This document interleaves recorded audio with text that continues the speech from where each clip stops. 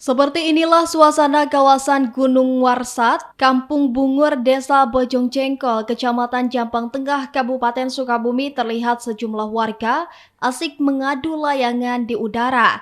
Keseriusan warga dari berbagai usia fokus menatap langit adukan layangannya kepada layangan lawannya.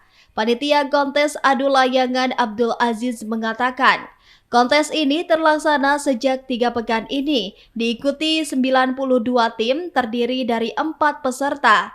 Mereka datang dari berbagai daerah Kabupaten Sukabumi untuk mempererat tali silaturahmi sesama pecinta layangan. Para peserta terdiri dari usia kanak-kanak hingga usia lanjut dengan total hadiah 20 juta rupiah. Adapun hadiah utama bagi pemenang masih rahasia panitia. Adapun terselenggaranya kontes adu layangan, donaturnya dari penyelenggara Asep Japar dan para dermawan lainnya. Adapun kendala dihadapi panitia dan peserta yaitu cuaca memasuki musim hujan, sehingga harus mengubah dan mengalurkan hari waktu berakhirnya kontes serta final.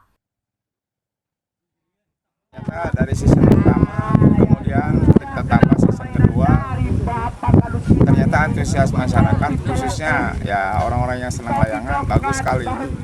Sementara itu Farid, salah satu peserta berusia 35 tahun menyertakan 7 tim dari Desa Bantar Panjang, Kecamatan Jampang Tengah ikut kontes adu layangan.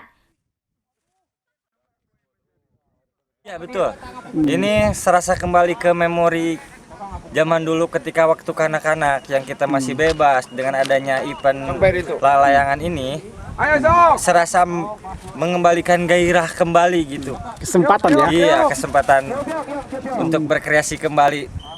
Para peserta maupun panitia pelaksana kontes adu layangan, perlombaan kontes adu layangan diharapkan tiap tahun diselenggarakan dengan hadiah lebih menarik dan bisa menyalurkan kembali hobi pecinta layangan sebagai momen mengingat di masa kanak-kanak.